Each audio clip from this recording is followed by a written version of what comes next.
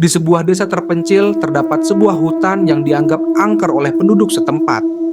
Hutan itu diberi nama hutan mistik karena banyaknya kejadian aneh dan suara-suara misterius yang sering terdengar saat malam tiba. Tak ada yang berani masuk, bahkan di siang hari sekalipun, karena kisah-kisah menyeramkan tentang orang-orang yang pernah hilang di dalamnya.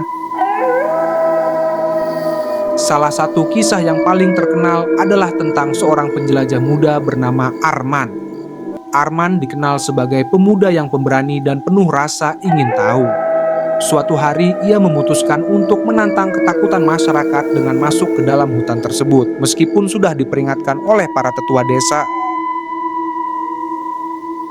Saat memasuki hutan, suasananya segera berubah menjadi mencekam. Pohon-pohon besar yang menjulang tinggi seolah-olah menutupi cahaya matahari, dan kabut tebal mulai menyelimuti jalan setapaknya. Semakin dalam ia berjalan, suara-suara aneh mulai terdengar.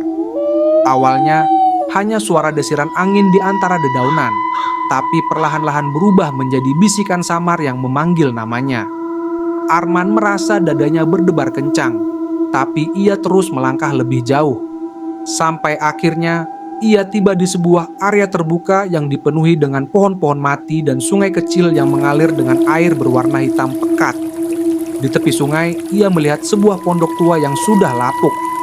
Penasaran, Arman mendekati pondok itu dan membuka pintunya yang sudah hampir roboh. Di dalam pondok, ia menemukan sebuah cermin besar yang tampak kuno. Ketika Arman menatap cermin tersebut, bayangannya tidak terlihat seperti dirinya. Di dalam cermin, ia melihat sesosok bayangan hitam dengan mata merah menyala. Sosok itu tersenyum menyeramkan, dan sebelum Arman bisa bereaksi, bayangan hitam itu tiba-tiba muncul di belakangnya. Arman berlari keluar dari pondok dengan ketakutan, tapi hutan itu seakan berubah menjadi labirin yang tak berujung. Setiap jalan yang ia ambil selalu membawanya kembali ke pondok tua itu. Suara bisikan makin jelas, memanggil namanya dengan nada yang semakin menyeramkan. Rasa takut yang luar biasa menyelimuti dirinya, hingga akhirnya ia berlari tanpa arah dan jatuh pingsan di depan cermin tua itu. Keesokan harinya, penduduk desa menemukan Arman terbaring di pinggir hutan, tak sadarkan diri. Setelah bangun, Arman tidak pernah berbicara tentang apa yang terjadi di dalam hutan. Namun, yang aneh adalah, sejak saat itu Arman tak pernah lagi berbicara sama sekali.